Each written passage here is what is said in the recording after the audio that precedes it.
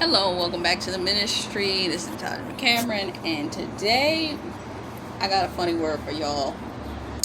It's about the eclipse. Now, there's been two eclipses. It was an eclipse that took place back in 2017. It was around summertime, same time frame as we're in right about now. And this was about 5 years ago. This was a major event because I remember they televised it on TV from 3 different locations. I watched it from Baltimore, but they were televising it, I believe, from Houston, and it was another location that they were, Washington, D.C., and someplace else, because these were the 3 locations that you were going to be able to see the eclipse when it happened. They had people out there, they had people in 3D glasses that they would be able to look through the glasses and see the eclipse, because an actual eclipse, because of the way that it is, you're looking directly into the sun. You are not supposed to do that, and with these types of glasses, you could look through these glasses type at the sun being covered by the moon. So it was a big event, and I remember at that time there were a lot of people that were in prayer and intercession, and this was 5 years ago, which is so funny because I'm remembering a word that my coach released right around that time, that God was doing something in such a way at that season that it was going to be a shift that would occur, that if you didn't jump in that wave of that shift when it happened right then, you were going to miss it and not be able to take part in the wave until the next shift. And I remember being like, Lord, if it's my time, let me go, let me do what I got to do, because I am not going to miss this shift. Oh, I shifted, all right. And I went through a wave. But it wasn't what I thought it was going to be.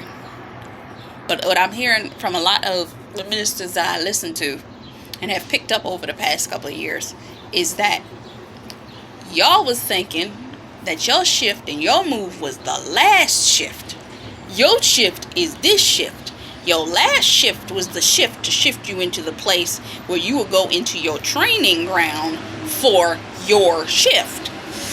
But now, you's about to shift into the thing that you thought was the thing last time.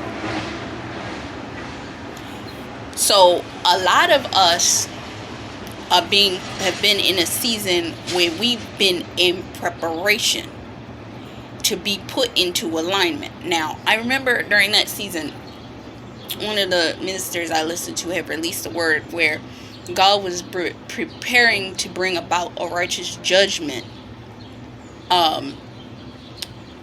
against the world, that when the eclipse took place at that time, it was going across, it created a line of points across the United States. There's supposed to be another one taking place in about 2 years. And that one is supposed to take place in an alternate direction, because the shift of the planetary alignment is going to make it be that it's on the opposite side. So when the ray of the eclipse comes through, it's going to be adjacent to its original path, which is 2 years from now. Now, they were saying that the Lord's righteous judgment is supposed to hit the point of intersection. But from my understanding, spiritually, due to the intercession of God's children, that this isn't going to happen. Grant you, we are entering into a phase of a dark season, at least to the world. But the Lord's word says in Revelations 3:8-11 that in a time of testing, that his children will be covered.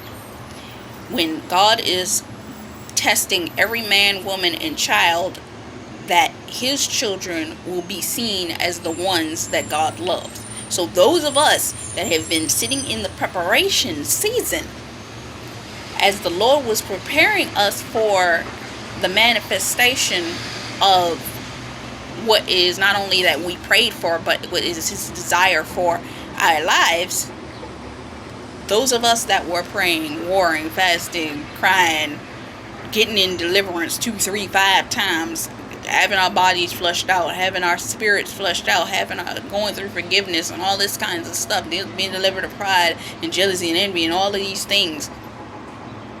Those of us that went through the boot camp season, we at the door, bro. We are at the door. Lady Jeremiah said this the other day. She said that the veil is a veil that's as thin as tissue. That as soon as you get through it, once you push through that last bit of that veil, it's a wrap. You at the door. That literally you are at the door for the manifestation of what it is that the Lord has called for you to walk in. And you are about to see the manifestation of the radical blessings in which you have been praying for and pressing for and just standing to walk into in this season. And because of that, there is it's so much that the Lord is preparing you to release. There's Isaiah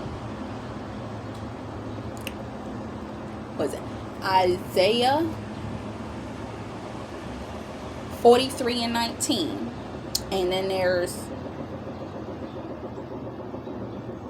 John 19 and 30. I don't want to say it wrong. It's John 19 and 30, and it is finished. God was finishing some things back during that season, but we have reached a new point of a new shift. And even my coach was talking about this last night. She was talking about how we are in a season of shift, that whatever it is that we want to be known for now, we have to position ourselves to be known for it, come into the identity of it, and prepare ourselves, because within this next few months of transition, something's about to happen that when God exposes you, you best be ready. You best be ready, because you're at the door and you're about to be exposed. So be prepared. And there's certain things that God's been spiritually talking to me about, and I gotta sit down, and I'll probably do this later this evening and work on, because God's been showing me some things, and there's some things that I need to mentally clarify in my head about. But with that being said, that because the children of God have been in a state that this has been a season, and the reason that some of us have been in holding pattern is it was like God literally cut you off from your last season, and you were like, wait, what? But it felt like he lifted you out of that season at a pinnacle point where you thought, okay, I'm about to break through, and God lifted you out of that season and dropped you in a new place. He didn't drop you in a new place for you to start over again. He dropped you in that new place to hold you, because he needs you to hold. It's like somebody's pressed a pause button on your life, and they're like, pause, and you're like, what, why?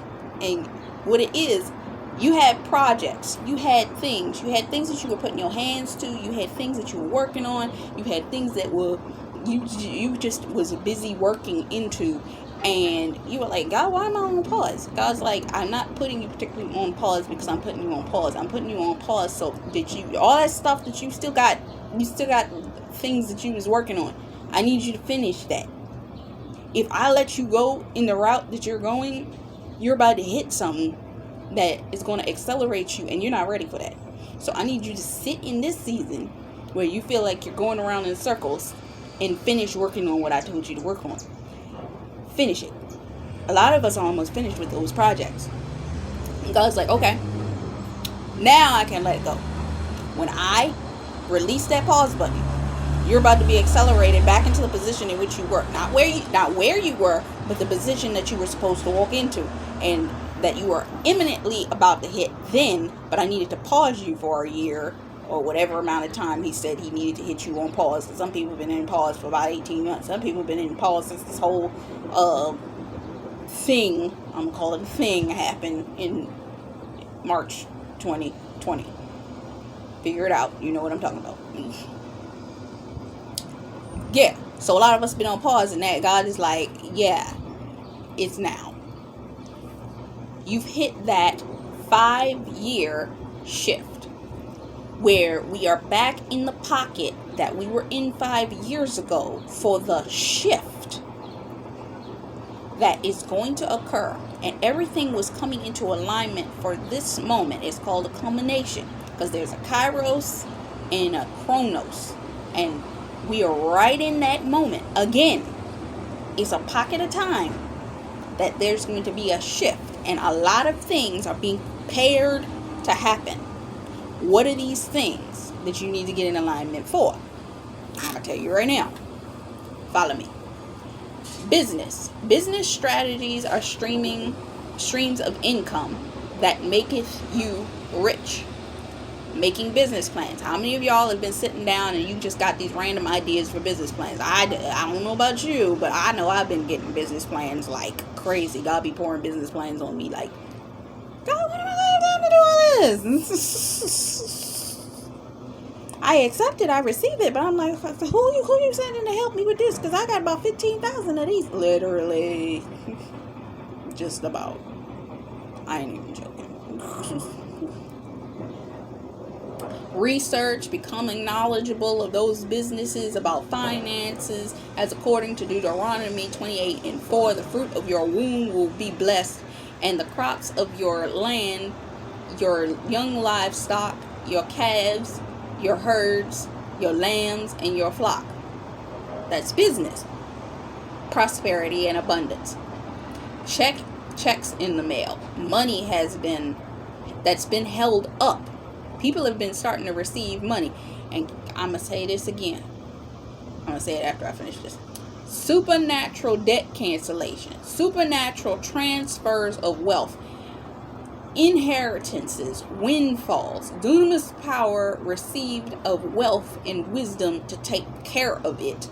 The blessing of the Lord maketh rich and addeth no sorrow. For we should lend and not borrow, and for Jesus was made poor so that we may become rich. Prove me now that I will not open you the windows of heaven and pour you out a blessing that you will not have room enough to receive. Abundance, assets, excess of blessings, radical blessings, favor, prominence, promotion, honor, rules and laws change due to your positioning. Pressed down, shaken together, and running over shall men give into your bosom. Family, reconciliation, cohesion, family being brought together. Your legacy will be blessed, and every generation shall follow. Homes, from transiency with no stability, no stable home, you will be made stable in the year of Jubilee. Homes will be released. And you will be blessed and a blessing to the people. Single ladies, holla. Your husbands are coming. I've been hearing this for 6 months, 8 months.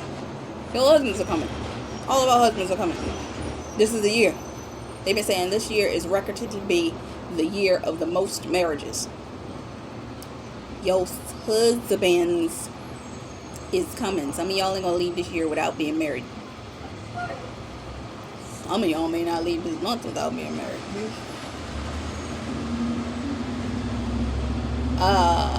I have been hearing prophecies on husbands suddenly coming in, weddings happening from the beginning of the year.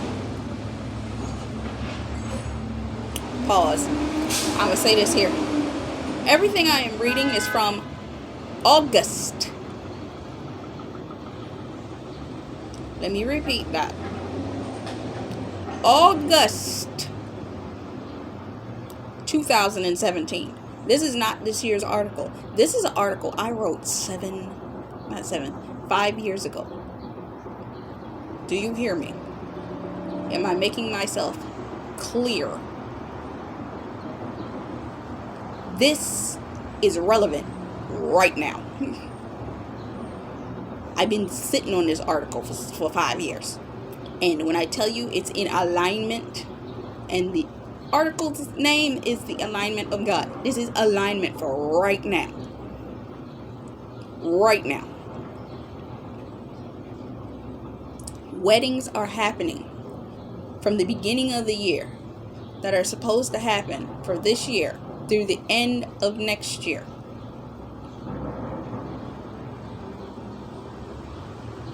And the caveat to this is, if you were preparing for the man you prayed for, asking, seeking, knocking, writing down the characteristics that are that ideal man, writing down on tablets for runners to go and get, for it to be brought to pass in its season, consecrating yourself, being about your Father's business, and learning how to be the things that are needed for being a wife, and a wife does. One word I heard recently was, some women will be married fast. When I tell you this is exactly what is happening right now, they will be meeting, having 3 conversations, and the 2 people will know enough about each other that they'll just get married. There was a pastor that spoke this word on Facebook. He was talking about his marriage to his wife. I think it was Apostle Pagani. And some of y'all pastors, they're not going to agree. But it doesn't matter. I've been seeing words as of recently. There's a young woman that released this word. It's been popping up on my feed. She said, this, your God ordained spouse. It was 2 different people. One released a word saying that your God ordained spouse is getting things in order, and the only thing that's holding him up right now is he's dealing with his mama. And there was another word that popped up that he's talking to his pastor right now. He's getting those things in order too. He may not be talking to you. Some of y'all ain't even talking to your spouse yet. You don't even know who he is. Some of y'all might have a vision of him. God may have shown you who the person is, but you have no conversational contact with this person as of yet. You still like, I'm getting married when, and who that? Please go back and listen to my word about the invitation. Do not watch that trailer for that movie. That movie is slightly demented, but the beginning of the trailer is what the Lord drew my attention to. Go listen to my word. Don't watch the trailer.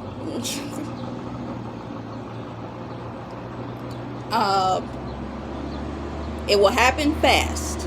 There will be a wedding. There will be a celebration. The wedding, well, actually, there will be no wedding. There will be it will be celebrated, but the wedding will happen later. Some have not even met their husbands and will be married before the end of the summer. And to me, that gave me chills, because God be having me write down words that be prophesied to me. When I read them again, I'm like, oh my God, I already wrote this. Oh my God. God is doing something, and we are about to suddenly see it. Sudden miracles, sudden shifts, sudden healings, sudden changes. You won't even have time to prepare for what is about to happen. It's going to happen suddenly, and it will be everything that was prayed for about, and it will fall directly into your lap. Thank him, praise him, and get ready, because it's about to go down, because it's done. It cannot be stopped. Get ready. God is about to release these blessings into our lives. Elisa Marie released a word, I don't know how many months ago, and she said, you're not ready. You're not going to be ready. You've gotten ready. You've prepared as much as you think that you needed to prepare. And guess what? You still ain't going to be ready. It's going to happen, and you're still going to be sitting there like, what? God, what you mean? What? What? I'm like, what? I thought I knew what I thought I knew that I thought I knew, but wait, what? Yeah, we're gonna be still sitting up there sudden in awe and shock when this thing happens. And I've been having like myself a real moment as of lately, because at the time I'm recording this, my birthday is literally in 2 days. I'm gonna be 35. And I've been like, God, operate. I pray that this year I have a different type birthday than what I've had in previous seasons, which also may mean I have to do some type of shifting. But if that's what the Lord desires, then He's going to do what He desires to do. So I don't know. I'm in this headspace of like, I'm ready for my life to shift in a positive manner, because I felt like I've been so stagnant. But I don't want to sit up here and just sit on here and keep wandering and telling. Because, matter of fact, one of the ministers I listened to, her broadcast just came on, so I'm going to be getting off here shortly. But I know that I had posted on my Facebook for the past several years my desires and where my headspace was. And I thought in those years that by the end of each year I was going to finally come into that thing, and it had yet to happen. So I don't know. Whatever the Lord decides, I'm not going to say that He can't do anything between now and my birthday, but I know between now, my birthday, and my birthday next year, oh, my life gonna look so much different. Because I'm not saying God can't do nothing. God can do anything whenever He desires. It's us that may be walking in unbelief. It's us that are unexpected. It's us that get in that phase that we've just haven't seen God do it in so long, that we end up in a place where we're like, you haven't done it yet, so do I even need to get excited this time around again? Because the last time I got excited like this, nothing happened. And I have to keep my head right now, because I'm trying to run a podcast. I'm also trying to make sure that my business stuff is in order. I'm trying to make sure that I'm still able to maintain this ministry. And then there's some other stuff that the Lord is pouring into me right now that I have to be aware of. And I'm just kind of in the headspace of, God, I need your wisdom. And what I'm seeing happen right now is the Lord has His people in a season where He's putting us through a level of deliverance. And everybody's going through it, because everyone I listen to has either gotten sick or experienced intense warfare. And 9 times out of 10, they experience the intense warfare either just before they got sick or right after they got sick. I don't believe, knock on somebody's wood, that I have received illness like everybody else, because I have been consistently in a phase of prayer and fasting with the Lord. So because of that, it hasn't affected me as intensely as it's affected other people, because they weren't prepared for it. And when I see it, I know directly how to pray into it as I stand for these things. But I'm kind of in this headspace of, God would, because fasting is not a light thing, and you got to have yourself mentally acclimated for it. And I'm just sitting there like, should I not, what should I do? Because I'm pretty consistent about 2 days a week, and then I know a lot of people that are doing theirs, and I'm like, what do you want me to do? Do you want me to do my normal? Are we going to take a break for for this and then do that, or just keep doing this and do both, or what have you. But I just know I'm a skinny mini person, so I'm just like, Lord, I can't be fasting like this that much. And like, Jesus, the offense. I mean, God, what we out here doing? What we out here doing?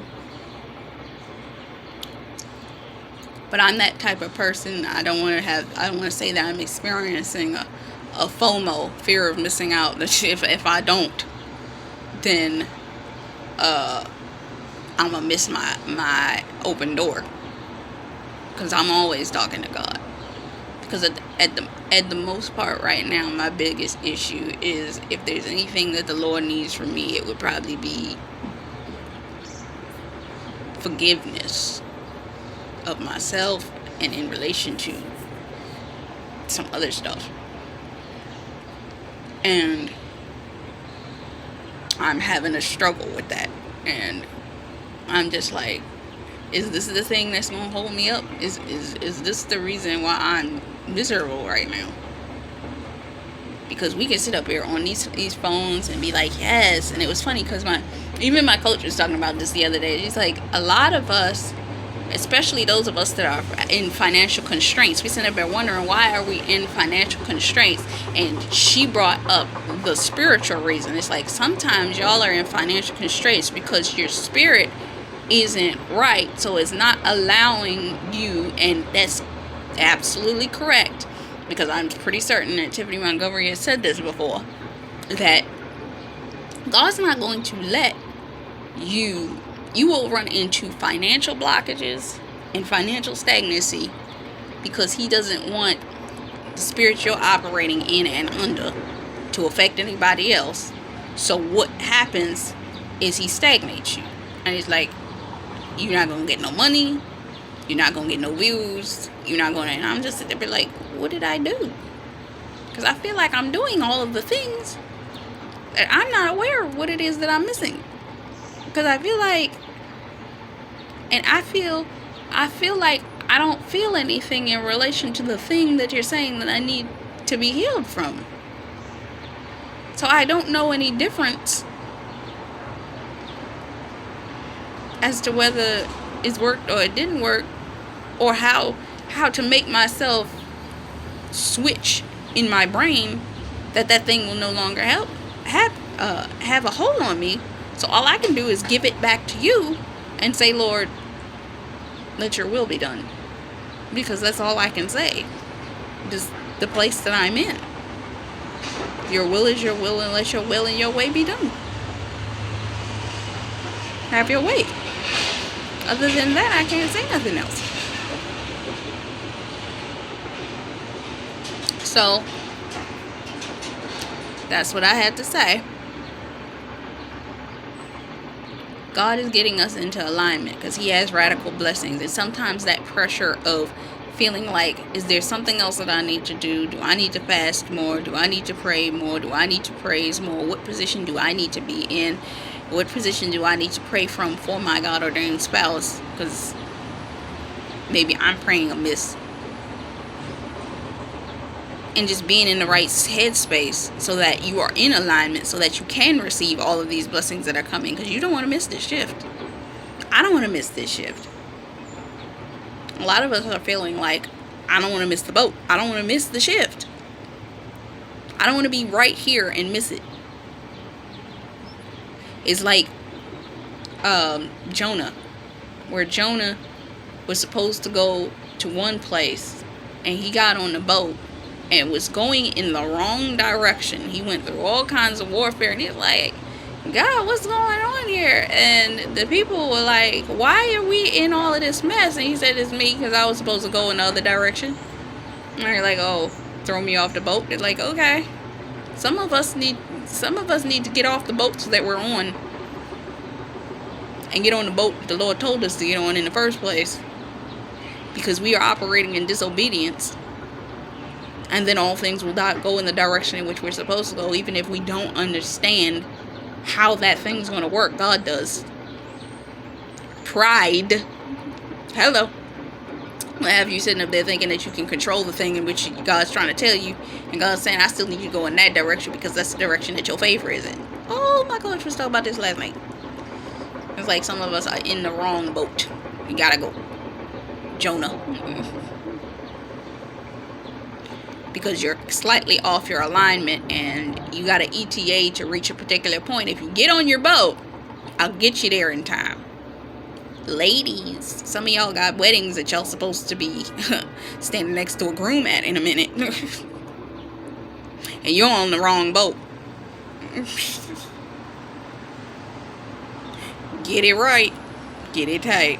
Because you gonna be late. But hey, remember, Jonah jumped off the boat, and now what would have been when he ended up in that whale, something that was supposed to take, I think he was in the whale's belly for 3 days, mirroring the time that Jesus,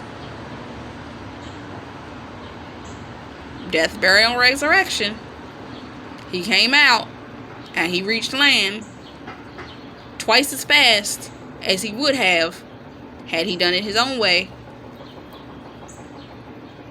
You gonna get to your destination.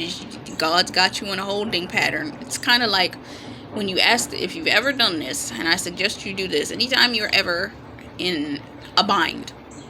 I ask the Lord, can you slow down time for me?